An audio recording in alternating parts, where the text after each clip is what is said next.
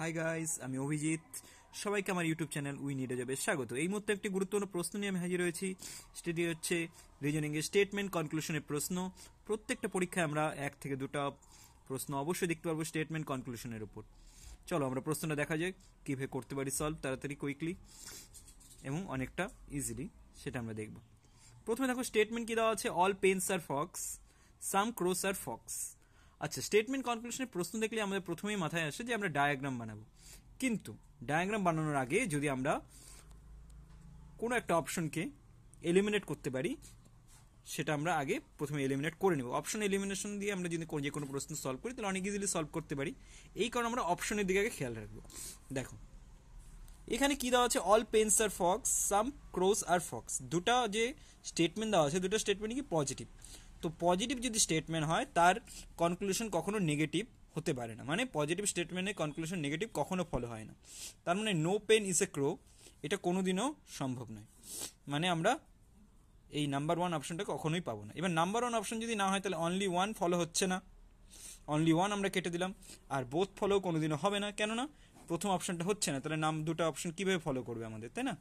তাহলে শুধু বাকি থাকলে এবার অনলি 2 আর আইদার 1 বা আইদার 2 হতে পারে কিনা সেটা দেখার জন্য। এইবার আমরা ডায়াগ্রামে চলে যাব। অল পেন্স আর ফক্স, তাহলে প্রথমে আমরা যে পেন বানাই, পেনটা পুরোটা কোথায় আছে, ফ্রক্সের মধ্যে রয়েছে, মানে পিটা যদি আমরা করি, পি কোথায় থাকবে, এফ এর মধ্যে।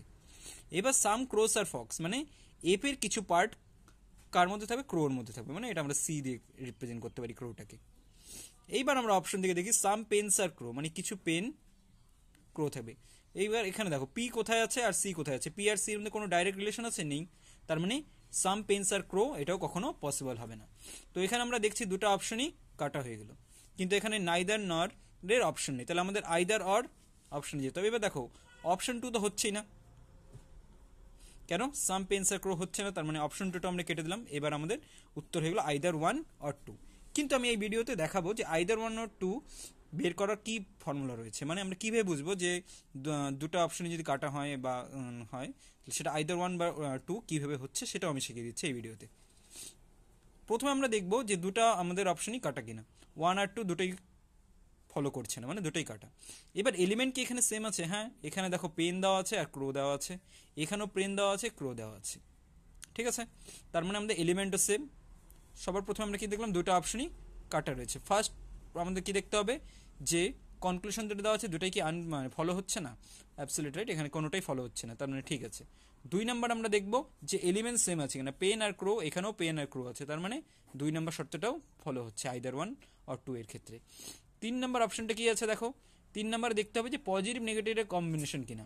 দেখো প্রথমে ছিল নো আর এখানে ছিল সাম, মানে সাম মানে এটা একটা পজিটিভ কনক্লুশন আর এটা হচ্ছে নেগেটিভ কনক্লুশন। যেহেতু পজিটিভ নেগেটিভের কম্বিনেশন রয়েছে তাহলে 3 নাম্বার শর্তটাও ফলো হচ্ছে।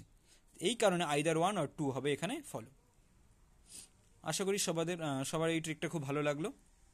দেখা হবে পরবর্তী ভিডিওতে, ততক্ষণের জন্য সবাই এই চ্যানেলটাকে অবশ্যই ফলো করো, সাবস্ক্রাইব করে নাও। আরও গুরুত্বপূর্ণ ট্রিক নিয়ে আমি খুব শীঘ্রই হাজির হব। ততক্ষণের জন্য সবাই ভালো থাকবে, সুস্থ থাকবে, টাটা।